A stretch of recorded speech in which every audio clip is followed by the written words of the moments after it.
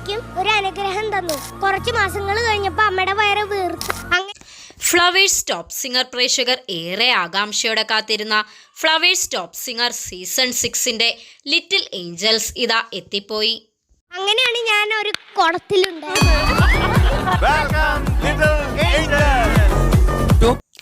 മലയാളി കുടുംബ പ്രേക്ഷകരുടെ പ്രിയ പരിപാടിയാണ് ഫ്ലവേഴ്സ് ടോപ്പ് സിംഗർ.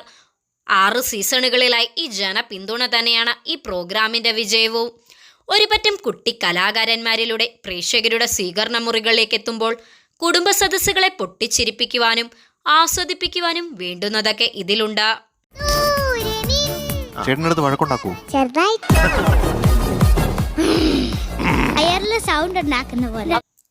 കുട്ടി പാട്ടുകാരുടെ ആലാപന മികവിനാൽ സമ്പന്നമാണ് നമ്മുടെ ഫ്ലവേഴ്സ് ടോപ്പ് സിംഗർ സീസൺ 6ന്റെ വേദി.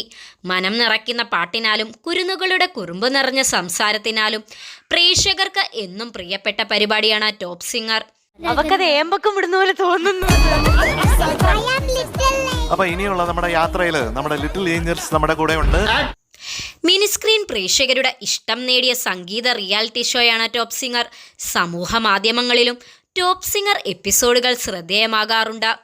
പാട്ടുവേദിയിലെ മത്സരാർത്ഥികൾക്കൊപ്പം അവരുടെ കുടുംബാംഗങ്ങൾക്കും വളരെയേറെ സ്വീകാര്യതയും പ്രാധാന്യവും വേദി നൽകാറുണ്ട്.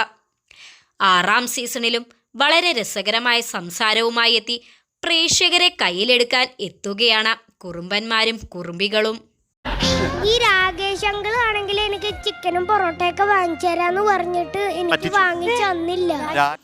ക്യൂട്ട്നെസ് നിറഞ്ഞ വർത്തമാനങ്ങൾ കൊണ്ടും മനോഹരമായ പാട്ടുകൾ കൊണ്ടും മലയാളികളുടെ പ്രിയങ്കരരായി മാറിയ ലിറ്റിൽ ഏഞ്ചൽസ് ഇതാ വീണ്ടും ഈ സീസണിലും എത്തുകയാണ്. പുതിയ കുട്ടി താരങ്ങളെ വരവേൽക്കാൻ ഒരുങ്ങുകയാണ് പ്രേക്ഷകരും.